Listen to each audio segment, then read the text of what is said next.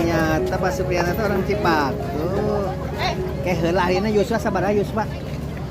7 7 tilu gitu nya. Jadi ke sekolah eta. Oh, Ternyata orang Cipaku usia 70 tilu. Berwisata industri ke Kabupaten Bekasi. Oleh karena itu nanti kita akan membuat aplikasi Bapak Ibu sekalian, dan sekarang memang masih bahan.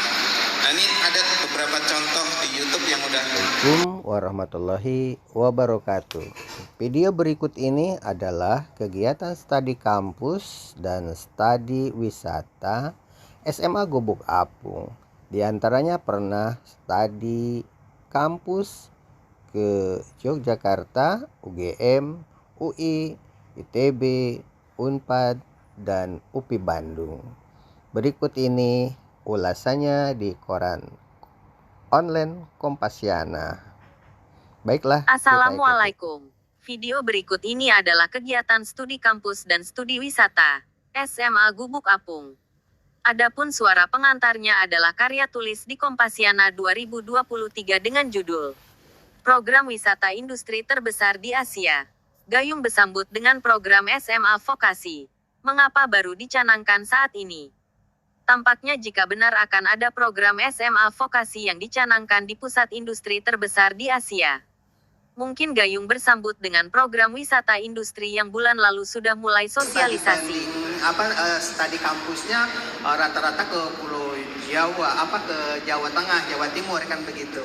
Tapi kalau untuk UI itu justru tadi Bapak pernah bilang kok yang dibidiknya itu kok sama orang jauh. Memang begitu Pak, seperti maaf sekali nih, masalah perdukunan.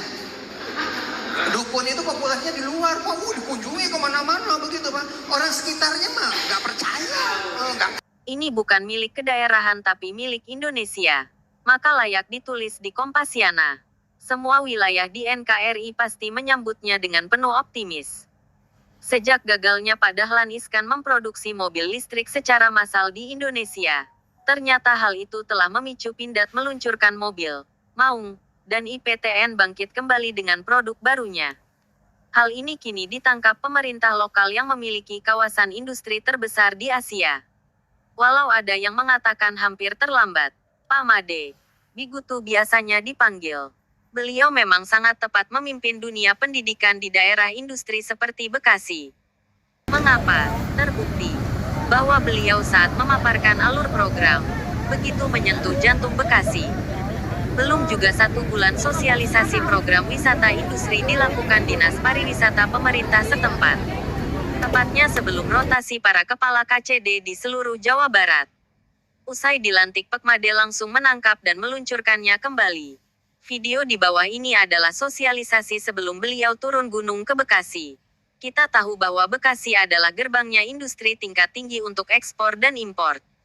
Maka wajar saja jika ada pejabat negara ditempatkan di Jabodetabek, khususnya di Bekasi akan membuka jendela dunia.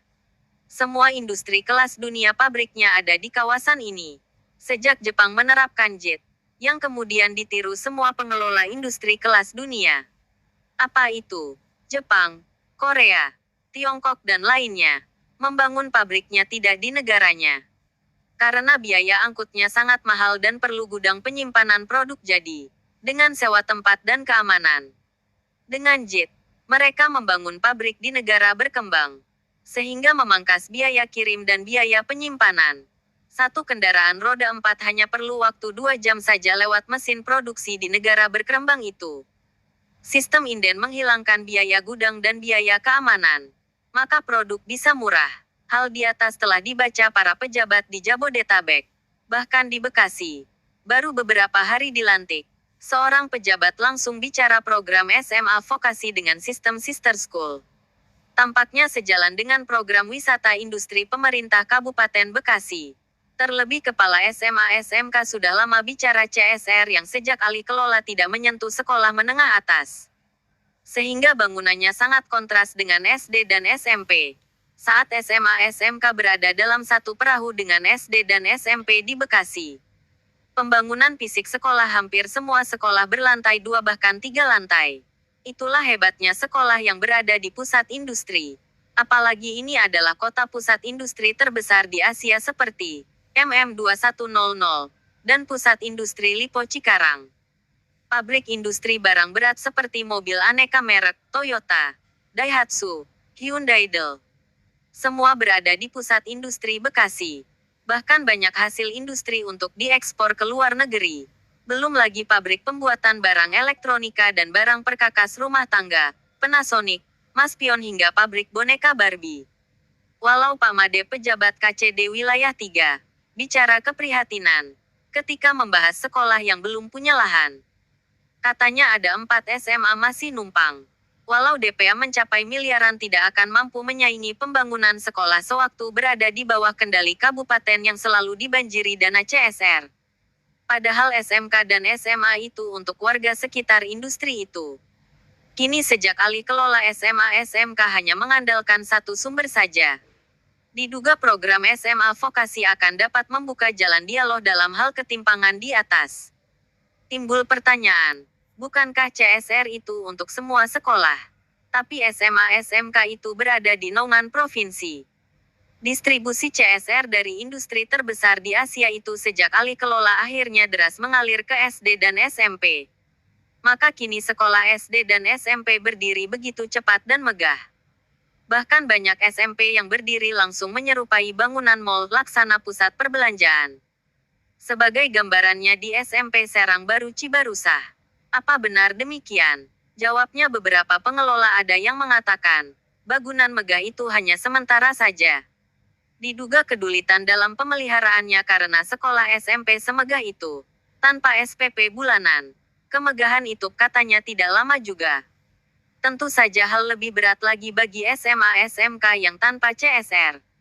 Pak Made dari KCD 3 tampaknya sangat tepat segera mendeklarasikan SMA vokasi karena ingin meniru sekolah di Bali yang menyatu dengan lingkungan wisata turis asing. Tapi di Bekasi lebih fokus ke industri kelas dunia. Jika di Bali mengarah ke penguasaan bahasa asing dan pariwisata, di Bekasi akan bergerak untuk meningkatkan keterampilan tingkat tinggi yang langsung menyentuh barang ekspor-impor.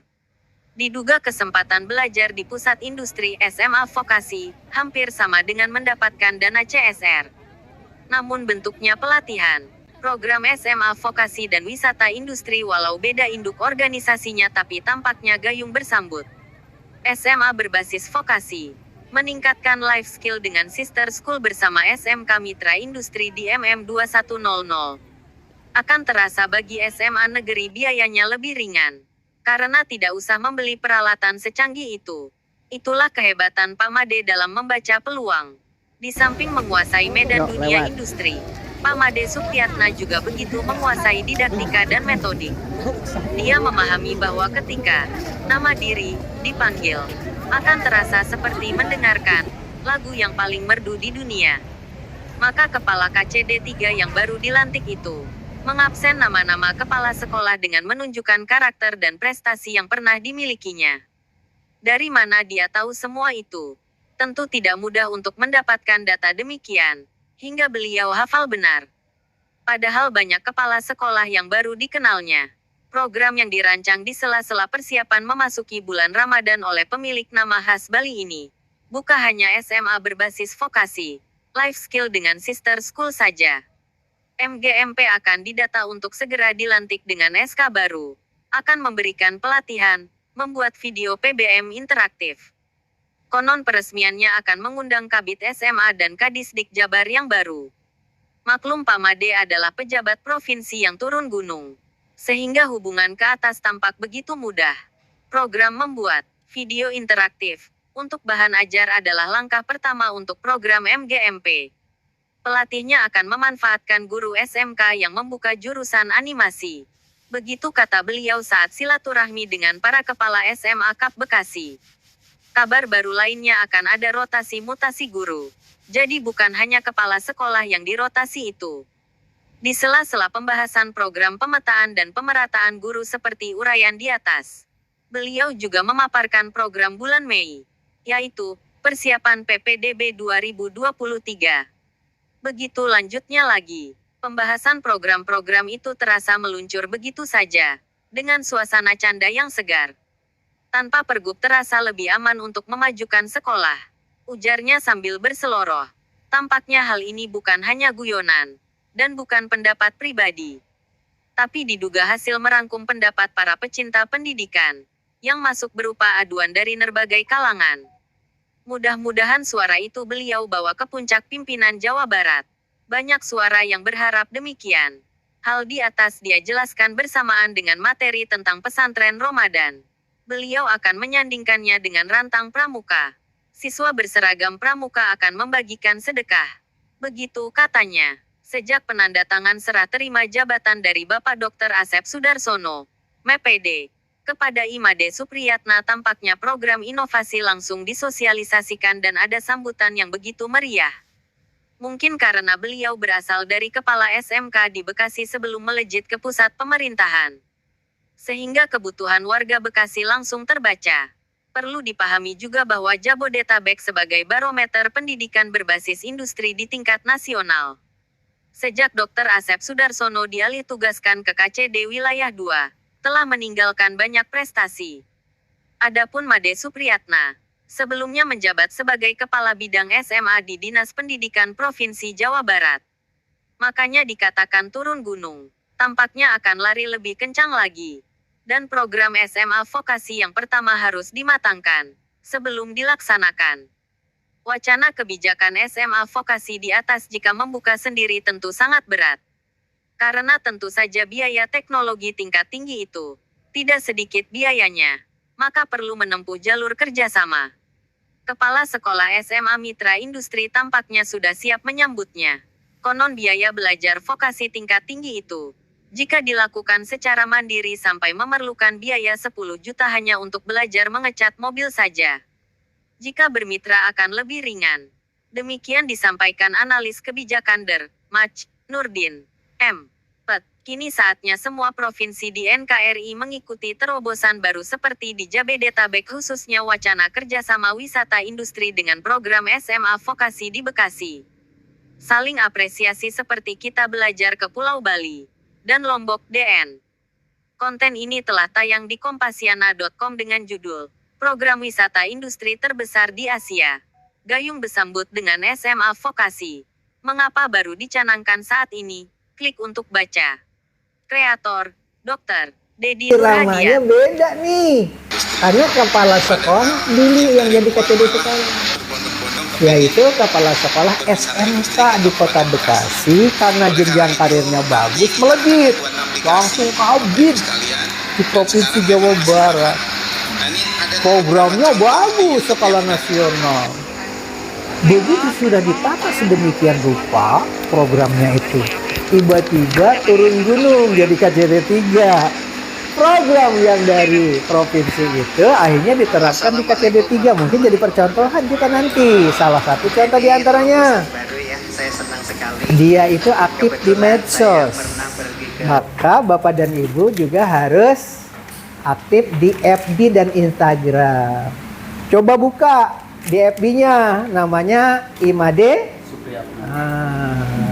Itu di situ banyak video-video lagu Ebit. Kegiatan apapun pasti ada lagunya.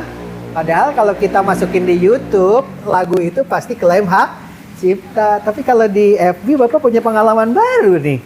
Ternyata di FB lagunya lagu bagus-bagus semua, ternyata tidak klaim hak cipta. Ini pengalaman baru ya. Apakah kalau memasukkan lagu Ebit atau dangdut atau apa gitu ke FB untuk mengiringi gambar atau video yang kita buat, itu ternyata kita pengalaman baru tuh di situ, karena beliau ini adalah orang ICT.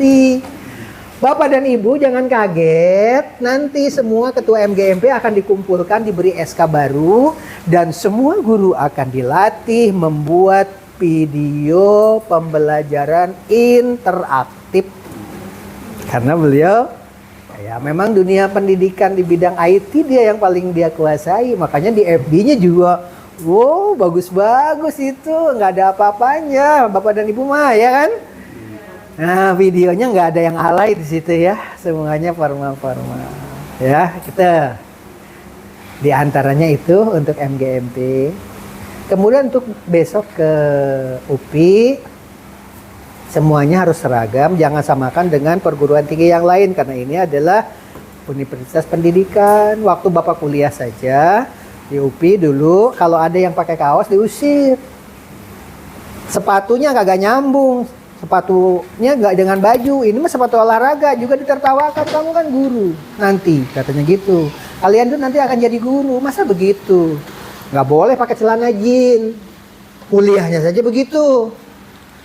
Kalau kemarin Bapak ke Unbra kan bodo amat, ya kan? Oh, karena nggak ada ini. Kalau Bapak kan dulu dari sana, jadi tahu persis yang namanya UPI itu adalah percontohan. Makanya dari Malaysia juga kalau tugas belajar, kalau izin belajar, cari pasti yang dipilih IKIP Bandung. Kenapa? Kok dari luar negeri itu kalau keguruan mesti datangnya ke IKIP Bandung? Kenapa? Makanya di depan gedung Bumi Siliwangi, parter, itu banyak berderet tiang-tiang bendera. Semua negara benderanya ada di situ. Perguruan tinggi yang lain kagak berani masang begituan. Kenapa UPI berani berderet tiang itu dulu semuanya bendera negara manapun ada di situ? Karena rata-rata teman kuliah Bapak aja dulu sekama tetangga kamar itu dari Malaysia, dari beberapa negara itu ada di UPI semua itu. Beda dengan perguruan tinggi lain. Anak Bapak kan kuliah di Unpad.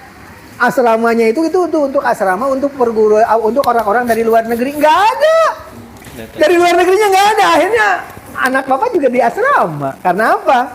Di Unpad itu yang dari luar negerinya nggak ada. Unpad itu. Kenapa di UPI? Tapi rahasia sih menurut Bapak mah kenapa?